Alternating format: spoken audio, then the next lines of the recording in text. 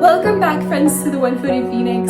Today, I'm going to be talking about something that's actually kind of a taboo subject on social media, and that is the fact that it is okay to accept help, and that it's also okay to not present yourself as perfect on social media, because guess what? You're not perfect. And I'm going to be the first one to say it, that you are not perfect. Your life is not perfect, and it doesn't have to look like Susie Q's perfect Instagram glamorous selfies all the time. And I want to get that kind of like really through you guys' heads that please stop being so perfect. You don't gotta be perfect.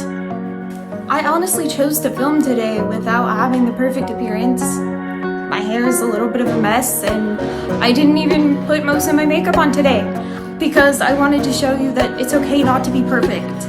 It's okay not to dress up for the camera all the time. Quite frankly, I wanted to kind of just have a heart-to-heart with you guys. And I wanted you to see that I am not perfect and that it's okay. It is okay. It is just fine to be the way that you are. You are amazing, you are awesome, and you are beautiful just as you are. And I hope that if you don't take anything else away from this video today, that you take that away from this video. That you are awesome just as you are, and you can be nicer to yourself. I didn't learn about being nice to myself until I had to go through something really hard and make the really hard decision to throw myself headfirst into a behavioral health unit. Yeah, I just said that online. That 3 weeks ago, I needed help, and I was too afraid to ask for it for a while. I didn't harm myself or anything, but it became enough of a problem that it was definitely time to get help. And I decided that the best way to get help was to throw myself into the ER and hope that they would admit me. Now, thankfully and luckily, this is the best choice that I've made in a really long time, because my medications were adjusted, I got the therapy I needed, I found a brand new therapist that actually knew that I have PTSD, and like all of these like really positive things came from getting to a point where the people around me said, you need help. And I said, okay, and I did it. I accepted help. Accepting help is the best thing I could have done for myself in this situation. I know that it may sound difficult to ask for help, and it was for me too. But I want you to know that help exists, and help is out there, waiting for you just to ask. So please ask. If you need help, please ask. If you need someone to talk to, please ask. I'm here, and I want to be here for any amputee. I want to be here for anyone that's been through CRPS, because I know what it's like to walk those trenches of hell. And that is why this channel is called One-Footed Phoenix, because I am a phoenix, and I'm still learning how to rise from those trenches of hell that were hard, and that sucked, and that broke me down to just about nothing. And I am still here.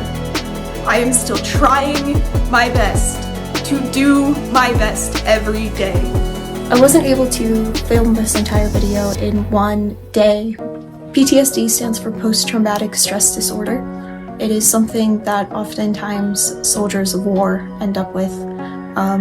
And it basically means that you have like just really intense flashbacks, and you can have a lot of intense emotions around certain events or certain things that happen.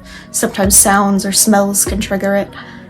I didn't find this out until I was hospitalized, so being hospitalized actually helped me find out a correct diagnosis, and I was able to find a therapist to get me more help, and that's a really good thing that came from it. This video is going to be the first time that I'm speaking out on the fact that I had a mission leader that did not treat me in the best way and did not treat me in a very Christ-like way, unfortunately. And I'm talking about this so that other early return missionaries out there know that they're not alone if they have been mistreated by a mission leader. And by no circumstance was it ever okay to be discriminated against like that, and to be discriminated for a disability that was unseen at the time. Because of the fact that I had depression and ADHD listed on my mission papers, I was not treated in the best way from day one. So asking for help can be hard, but I hope that from this video you might have a little bit more courage to ask for help for yourself when you need it. Remember, there's a link to my Discord down below where you can find others and to talk to and a support system. I hope that you'll take advantage of this if you're looking for someone to talk to. Thank you for watching.